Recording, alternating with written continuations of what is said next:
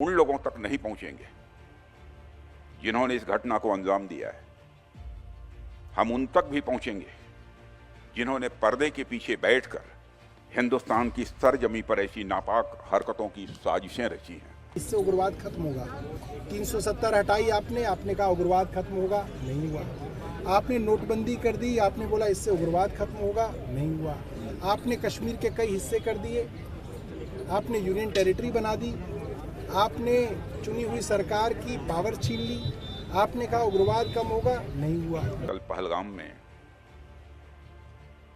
धर्म को निशाना बनाते हुए आतंकवादियों द्वारा किए गए कायरतापूर्ण हमले में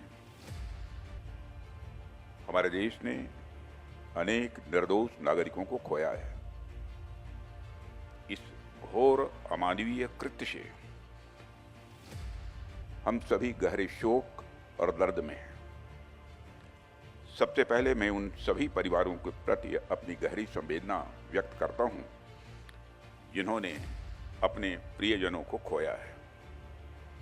इस दुखद समय में दिवंगत आत्माओं की शांति के लिए मैं परमात्मा से प्रार्थना करता हूं। यहां मैं भारत के दृढ़ संकल्प को दोहराना चाहूंगा कि टेररिज्म के खिलाफ हमारी जीरो टॉलरेंस की पॉलिसी है। भारत का एक एक नागरिक इस कायरतापूर्ण हरकत के खिलाफ एकजुट है। मैं इस मंच से देशवासियों को आश्वस्त करता हूं, घटना के मद्देनजर भारत सरकार वो हर कदम उठाएगी जो जरूरी और उपयुक्त होगा।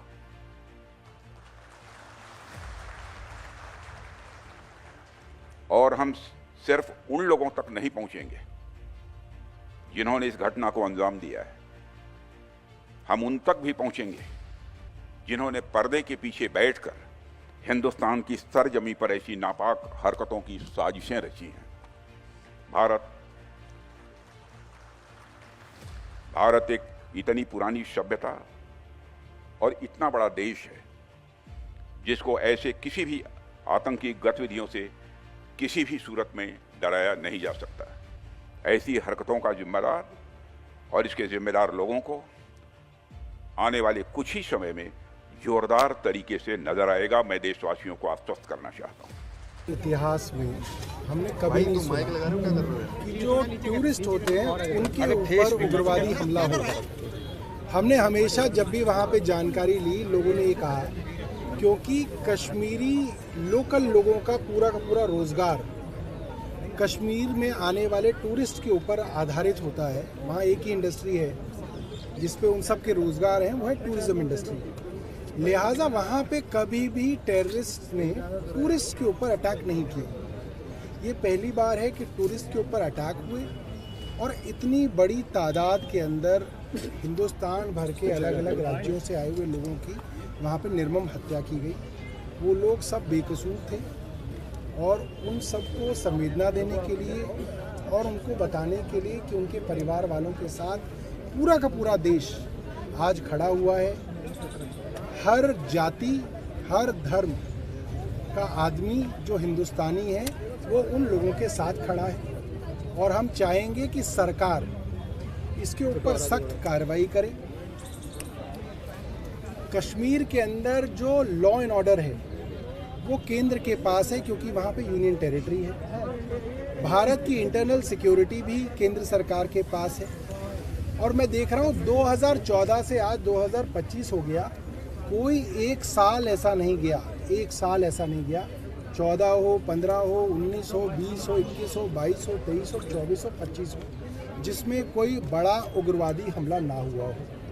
तो केंद्र सरकार की विफलता है, इंटेलिजेंस फेलियर है और मुझे लगता है कि केंद्र सरकार को अब सीरियसली इस मामले के लिए कुछ ठोस करना चाहिए। अब तक जो भी हुआ मुझे लगता है कि वो कहने के लिए तो कहा गया कि इससे उग्रवाद खत्म होगा।